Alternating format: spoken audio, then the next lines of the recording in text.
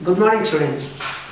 As a part of the video lessons for the MCOM first semester Indian Financial System subject in the Unit 2, which describes the fundamental concepts of the banking sector under the heading banking, as a part of the money markets as well as the sectorial representation of the Indian financial system. In the earlier class, we have covered about what are the different fundamental requirements on the part of the banking system and its operations. Now we will go for the learning of the functions of banks. Wherever in this world, whenever we talk about the bank, the main important thing is the existence of the banking sector depends upon the functions of the banks which are being conducted to serve the economy as well as the society. So if you observe this diagram, the functions of the banks have been categorized under two primary areas. One is the primary function and second one is the secondary function. So what are these primary functions and the secondary functions? The primary functions of a bank are known as the main banking functions or the chief functions of the bank. The primary functions are utmostly being done for the exact execution of the transactions as well as the momentum of the banking unit or the bank. So the primary functions can be divided under two categories. That is accepting deposits and the second one is granting the advances. As we have learned in the earlier class, the main functions of the bank is accepting deposits and lending the credit. So the same has been denoted under the primary functions, accepting deposits and granting advances.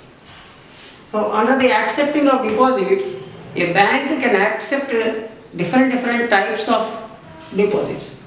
That is savings deposits, fixed deposits, current deposits and recurring deposits. And the granting of advances consider overdraft, cash credit, loans, discounting of bills. These are the various functions or sub-functions under the primary function, that is granting advances. Now let us go one by one. What is the savings deposit?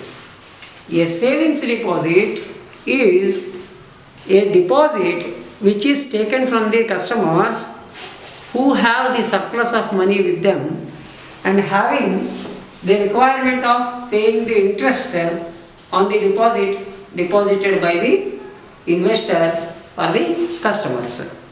Particularly those people who have their particular revenue in a particular month, after meeting the necessary expenses, the something which is remained as a surplus in their hand will be deposited, not keeping that amount idle within their pocket. So that type of deposits which are being made motive of inculcating the savings among the customers as well as the people of the country. So such type of savings deposits will have to be paid some interest by the banker as the customer has deposited the money and saved it in the savings bank account. So the savings bank account will be having some nominal interest rate which is given to the customers. The next one is the fixed deposit. Apart from that, after accumulation of money in the savings department or after availability of a somewhat huge amount in the hands of the customers or the people of the country, they may go for fixing that amount to a particular period, maybe a short term period, maybe a medium term period or a long term period. Generally, the fixed deposits will be varying from below 1 month, below 1 year to maximum below 5 years or up to 5 years. So the interest rate on the fixed deposits will be somewhat more than the interest rate being offered to the savings deposits of the customers. Now the third one is the current deposits. Mostly this type of deposits are being offered to those customers who have long level and large level of transactions for their other purposes, maybe business purposes or some other purposes. So the amount is volatile. The current deposits will be going to change from time to time, and the money is frequently being deposited and the money is frequently being transferred or withdrawn. So such type of current deposits will be not more than having a period of 1 year or up to 1 year, and such type of deposits do also have to be some interest rate paid, but which is much lesser than the interest rate paid to the savings deposits. The last one is the recurring deposits. Some of the deposits which are being done by the customers by having a connection to the other accounts of their banks. So such type of deposits will be called as recurring deposits, and the recurring deposits will have somewhat of more interest rate in comparison to the current deposits. Next one is the granting advances. The first one is the overdraft. Overdraft, as the name suggests that, for example, I have 10,000 rupees in my bank account. On a particular purpose, I have issued a check to somebody else who has been given a 12,500 rupees check to others. Then the bank, without dishonoring the check, as a loyal customer to the bank, informs me that your check is going for invalidity, but even then we propose to give you the additional amount for which you have drawn the check, that is 12,500 rupees. The excess amount of 2,500 is being paid by us, and which will be treated as a overdraft, and on that a short-term loan or a somewhat medium-term loan, and for that there will be interest rate is being acquired on that. So such type of things will come under the overdraft. The next one is the cash credit. Cash credit in the sense giving the money as a credit to the customers as and when they have the necessity of deriving loan from the bank, but it is a short-term purpose. The next one is loans. The loans may be short-term loans, medium-term loans or the long-term loans. Basing upon the term of the loan and the quantity of the amount as well as the emergency on the part of acquiring the loan, the interest rates will be varying from time to time. The last one is discounting of bills.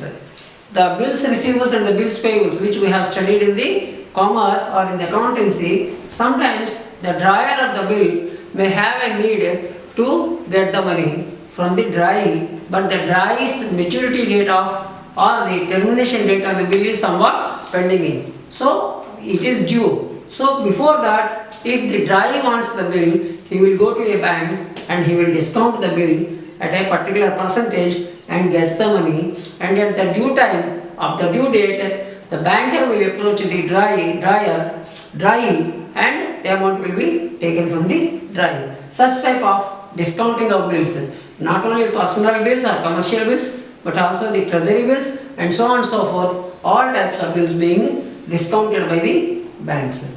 Next, coming to the secondary functions. Under the secondary functions, there are two categories of functions: agency functions and the utility functions. Agency functions in the sense, functions which are being performed on behalf of the agency. The first one is transfer of funds.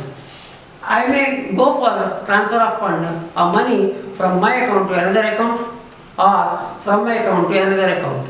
So such type of accounts which I get or which I withdraw and use, that will be coming under the transfer of funds. Apart from that, the transfer of funds also deals with the money being transferred by the government or other parties to the individuals as a part of the some schemes by the government. That type of transfer of funds is one of the agency function. Next one is periodic payments. From time to time, the payments are being made to the customers basing upon their, for example, I have a monthly income scheme under the bank. So by depositing 10 lakh rupees in the account, and I want to get the amount every month as which is generated to the interest of the fixed deposit which I have done. So from that, every month into my savings account, that amount will be transferred by the bank. So such type of things will be coming under the periodic payments. The next one is check collections. I have drawn a check on the other party, and the party is going to get the money from my check, and the check will be collected by the bank on behalf of the customer. Next one is portfolio management. Portfolio management means dealing with the securities. That is, the securities like shares, bonds, debentures, all such things will be performed by the bank as an agency on behalf of the particular institution or the company. For example, there is an IPO, initial public offer. The shares are being subscribed by the public, and the amount will be deposited through the bank, and the bank will be collecting some fees for that from the agency who or the company who has issued the IPO, initial public offer. Such type of portfolio management functions can also be rendered with the banks, for which they earn the revenue on that. This is, next one is periodic collections.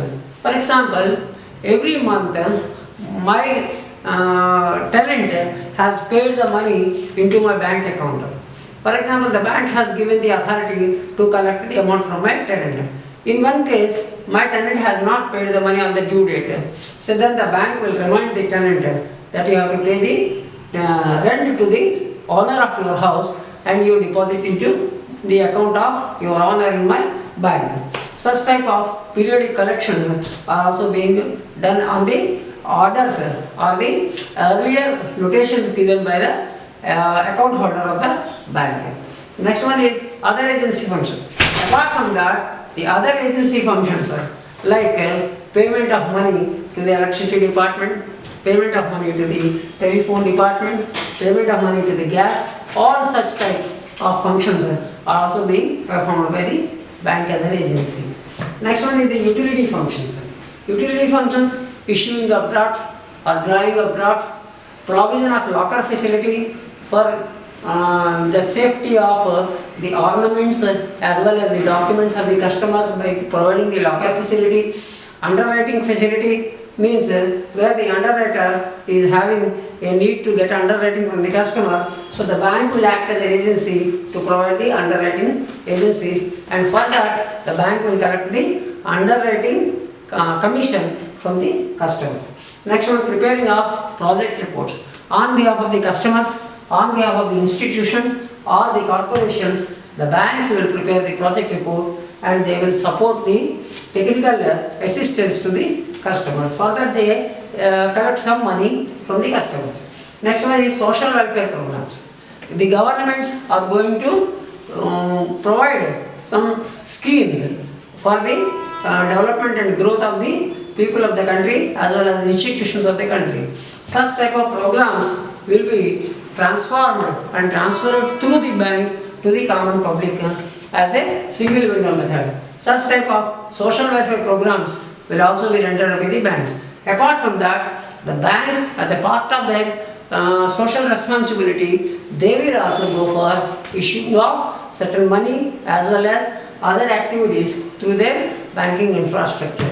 The last one is other utility functions like issue of traveler checks, issue of some utility cards or chip cards to the customers from time to time, and they will collect money as a part of the services rendered by themselves. So henceforth, these are all the various functions of the banks, and apart from that, the another functions which are being designed and derived from time to time will be adopted by the banks as a part of their functionary area of operations. The remaining we will learn in the next class. Thank you very much.